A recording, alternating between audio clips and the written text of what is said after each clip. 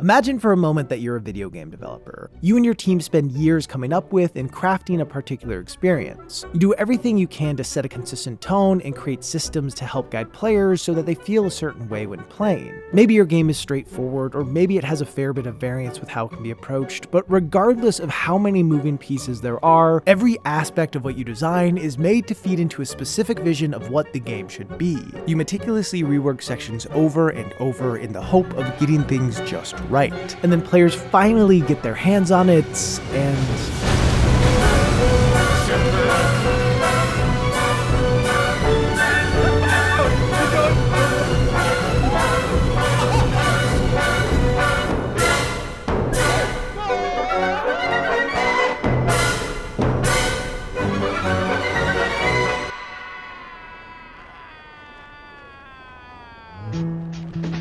one of the few guarantees of game design is that players will approach any given title in ways that the developers never could have anticipated. It's unavoidable and takes many different forms. The most common examples of this are the unintentional ways people play games wrong. For instance, players misunderstanding mechanics or directions, causing them to engage with things in weird or suboptimal ways. Like, I've heard of multiple people who have played through the entirety of Dark Souls without realizing they could lock onto enemies. Also, when I put out a video that mentioned Mario is able to sprint in the original Super Mario Bros., I received hundreds of comments of people saying that they didn't know he could do that.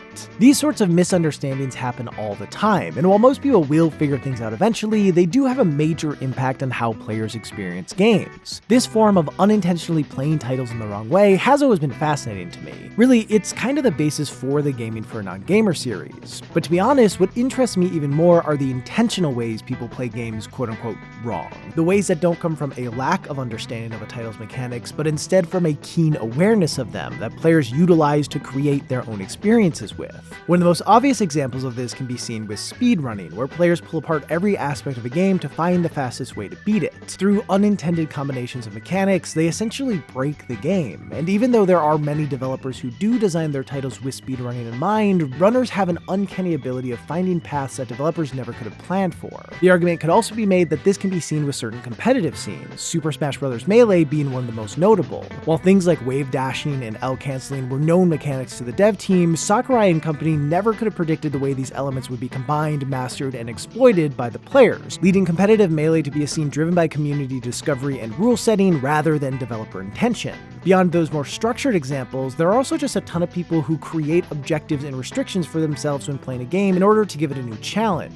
It may be an in-depth and planned-out approach to a playthrough, like beating a Mario game without collecting any coins. It may be one powered by external factors, like killing all the bosses in Elden Ring while using a drawing tablet. Or it might be small, simple tasks thought of in the moment, like getting on a motorcycle and trying to land it on top of a building in GTA 5. What matters is that the player is setting an alternate win state that pushes against the intended experience. Regardless of the form it takes, seeing games be played through unconventional means appeals to a fair amount of people. It forges communities and generates millions upon millions of views on YouTube and Twitch. And as an avid fan of playing games and watching them be played in the wrong way, I've recently found myself wondering, why? What about experiencing games in these ways is so captivating? And what aspects of certain titles make them so fun to play in weird ways? Obviously, I've had countless incredible experiences playing titles largely in the way they were intended to be played, but there's something about the times where me and or my friends have shaped our own experiences within a game that resonate with me in a way that nothing else really does. So in order to get a better understanding of the topic, I reached out to the world's foremost expert on playing games in the wrong way. I'm DougDoug. I'm a YouTuber and streamer, and I make a lot of videos about playing games in really stupid ways, and often having my viewers help me in playing the games in very stupid ways. DougDoug's content primarily centers around him presenting a weird idea or challenge to his audience and then seeing how it plays out. There's always a plan he comes in with that he intentionally leaves unfinished in order to give his chat a way to participate. However, his earliest exposure to playing games in unintended ways was far less structured, and really the result of just goofing around with friends. Halo 2, when that came out, that was a huge deal, and everybody loved the single player and especially the PvP multiplayer, but me and my friends spent an entire day. There's a mission where you drive a tank down a bridge to save some city in Earth, and we just shot each other with tanks for like 3 or 4 straight hours and made no progress in the mission. And I remember going away from that being like, man, Halo's awesome, but like that is not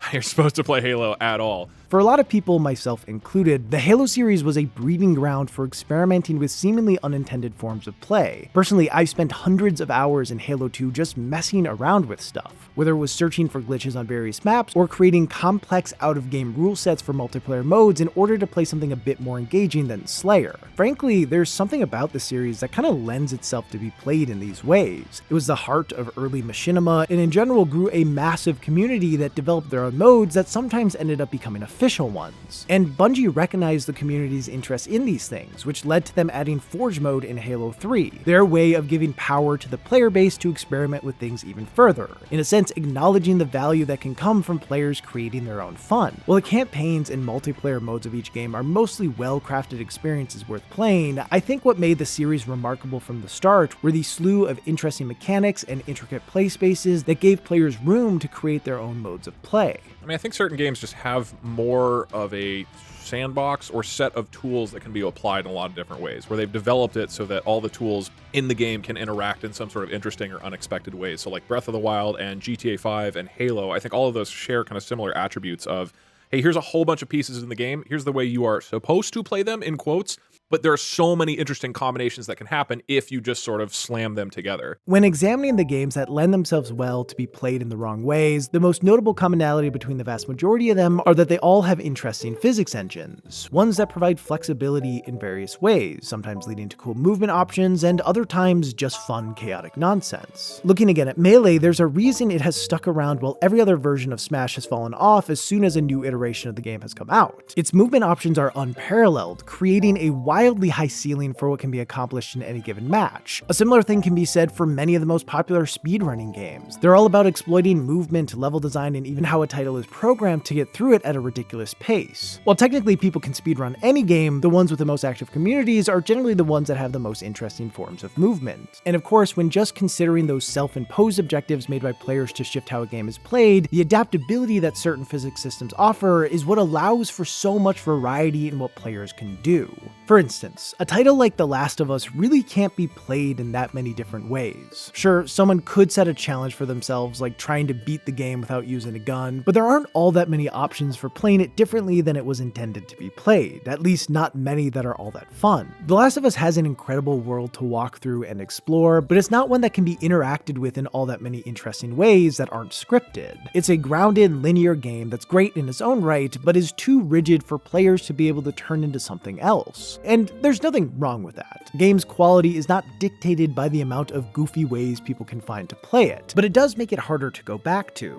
I've seen how the story plays out, and while all this time later I do still enjoy talking about it, I don't have all that compelling of a reason to actually replay it again, aside from seeing how the graphics look in the remake. Now compare this to titles that aren't so rigid in their construction. The fact that a substantial amount of people are still playing Skyrim and Minecraft 11 years after they were released is indicative of how valuable a title having a certain amount of flexibility can be. There are so many ways that those worlds can be interacted with, which gives players the agency to mess around in countless fun ways. With that said, there is a valid argument that games can have too much flexibility. Just having completely open-ended creativity and you could do whatever you want, I don't think feels particularly satisfying because there's no resistance. And so I think that tension between the game attempting to hold on to the fabric of reality while you poke it in the wrong ways, like that's what's super rewarding in a lot of ways. And so there actually does kind of need to be some sort of tension back and forth, at least for me to be satisfied by it. With titles like Minecraft or Garry's Mod, they offer so much freedom that it almost makes it harder to have sufficient stakes. And that's not the case for more structured titles. Pushing against the defined limitations of a game and its world breeds a type of creativity that can be difficult to cultivate when just given free reign over a system. When a game has limitations, you have to learn how to finesse things in just the right way to accomplish your goals, and discovering those things can be really satisfying. Obviously, a lot of this comes down to personal preference. I'm sure plenty of people find a ton of value in the freedom stuff like Minecraft and Garry's Mod provide, but personally, I find it way more compelling to create my own objectives in games that have more limitations because I like the feeling of pushing the boundaries of a system more than I like the feeling of setting them. Titles with tons of freedom are expressly designed to let players play them however they want, where ones with more limitations aren't. They just have enough interesting mechanics for people to try it anyway. Also, while there are instances when I go into a game with a certain personal objective in mind, more often than not, the times when I engage with a title in the wrong way are born out of some organic discovery. Is it possible to place a message over there? Can I get from this side to the other without touching the ground? When given too much freedom, these sorts of challenges generally need more planning and preparation, making it so it isn't really possible for players to just react to situations they may find themselves in. Regardless of preference,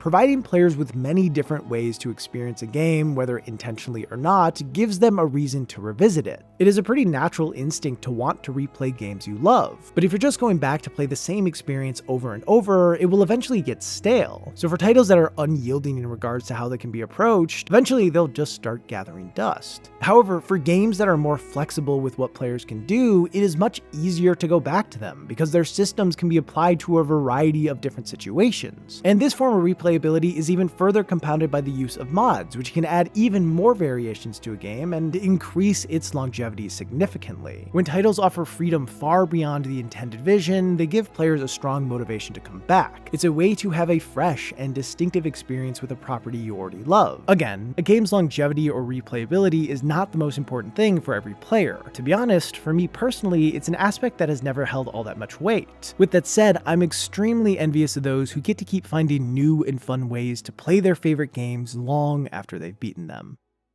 Another key aspect that is often associated with playing games in the wrong way is doing so with other people, whether it be friends, communities, or just strangers on the internet with similar interests. Being able to share weird playthroughs with others can add a lot of value. The most rewarding part of pursuing dumb things is doing it with others. That's what I really love. That's what draws me to content creation in the first place, rather than, just playing games by myself. So that's not an accidental thing that happens on my channel. That's deliberate because that's what makes it super satisfying to me. So I always look for those opportunities if possible because, man, it's so much cooler to achieve this incredibly stupid thing in GTA 5 because Twitch chat landed an airplane rather than me just doing it by myself in a vacuum and then telling people about it after the fact. When I think about my personal experiences with playing games in unintended ways, every single memory that comes to mind is tied to my friends. Sharing those weird, unique moments together that came from a potent mixture of persistence, stupidity, and chance have stuck with me for decades. It's far easier to remember the times when things went off the rails than when we just played games as they were meant to be played. And I don't think that one way is inherently better than the other.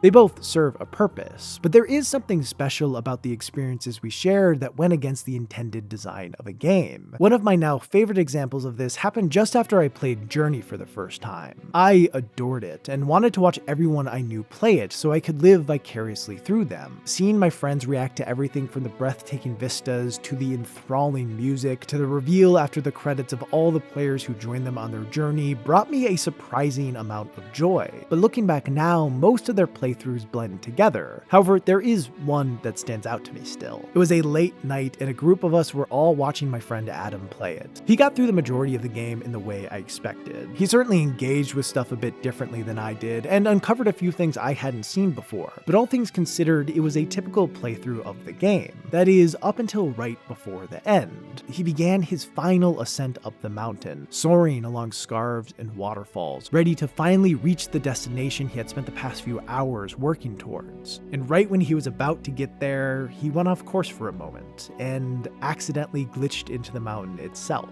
No matter what he did, he was unable to get out, and every attempt to get back to the path just seemed to get him even more stuck than before. We all laughed for a while, and he jokingly crowned himself as the king of the mountain. After it was clear to me that he wouldn't be able to continue, I told him to reload the game so that he could keep going and see the end, but he refused, simply saying no.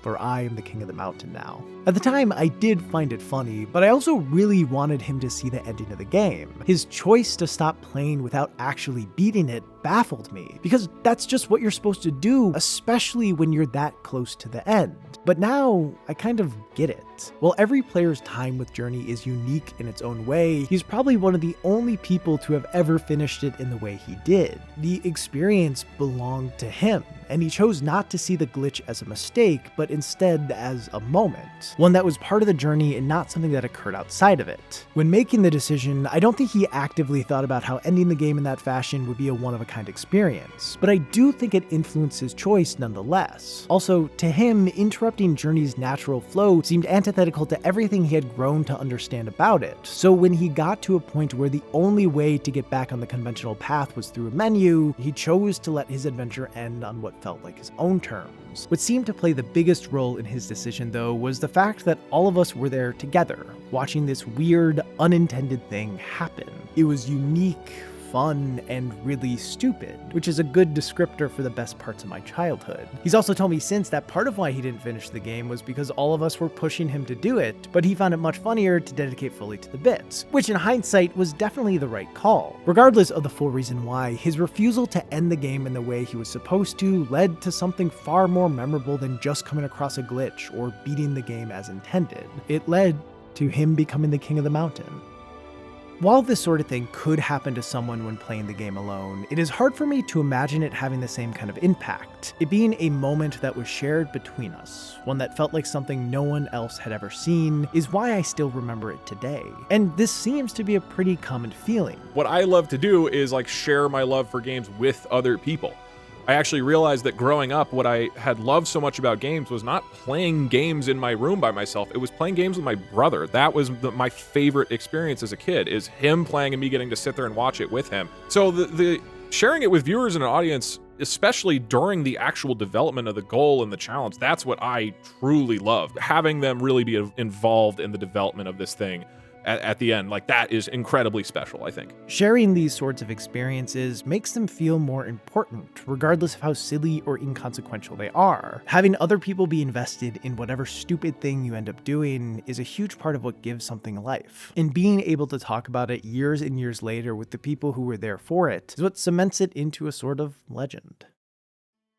All in all, games are different from every other medium because they hand control over to the people experiencing them. When a title releases, in a way, the ownership of it is passed on to the players. They are the ones who engage with it, leading to developer intention taking a backseat to player expression. Of course, depending on the type of game, the amount of actual agency the player has will vary. With a lot of titles, there really is only the illusion of agency. Players may control the pace at which things move forward, but there aren't all that many systems they can engage with. So for the most part, even if they don't realize it, they're being led by the developers through the use of tight and clever design. And again, this can be great. Some of my favorite moments in video games are ones where I played right into the developers' hands and seemingly did things in the exact way they expected me to do them. However, it is also nice to really feel in control of an experience, to be given a set of tools or be put in a situation that you weren't meant to be put in and decide for yourself what to do. While the worlds and mechanics of games like these are designed in a way to let you do these things, they weren't made with the intention that you would. No one aside from yourself or maybe the people around you are dictating the experience. And I think there's something liberating about that. To do things that no one else would think to do, that no one else would probably want to do.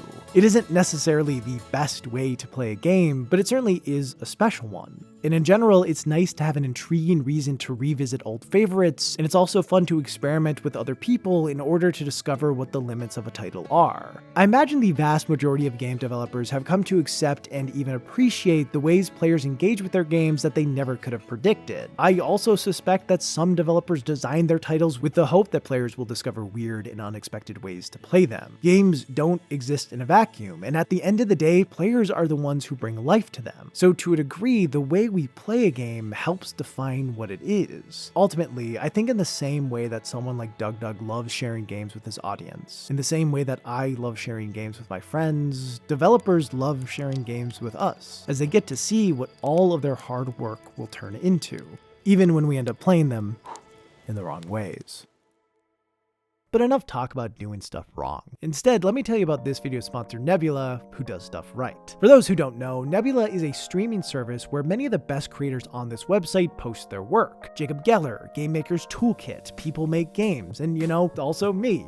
There are a ton of perks to getting Nebula. Along with having early access to videos from your favorite creators, it also has a ton of exclusive content, ranging from originals, which are shows made by creators through the support of Nebula, to exclusives, which generally consist consist of things that are interesting but don't really work all that well on YouTube. For instance, the full interview I had with DougDoug for this video is posted over there. Through Nebula, I've been able to make stuff I never would have been able to without their support, and I'm currently working on other projects that will be on there in the not so distant future, so keep an eye out for that. There is so much high quality content on Nebula that you will never run out of amazing things to watch, and in terms of supporting creators, a single view there goes way further than one on YouTube. If you sign up using the link below, you can get Nebula for just $4 a month, or $40 for the entire year. It's an incredible way to see some of the best content out there while also helping out creators like me. So give it a shot if you want to see some cool stuff from me in the future. Anyway, thanks to Nebula for sponsoring this video. For the rest of you, how you doing? I hope you're well. Big shout out to my patrons for making this channel possible, and a special shout out to WilliamGlenn8 and Kay Kay for being honorary bagbutens. That's all I got. I hope you have a great day and or night, and I'll see you in the next one.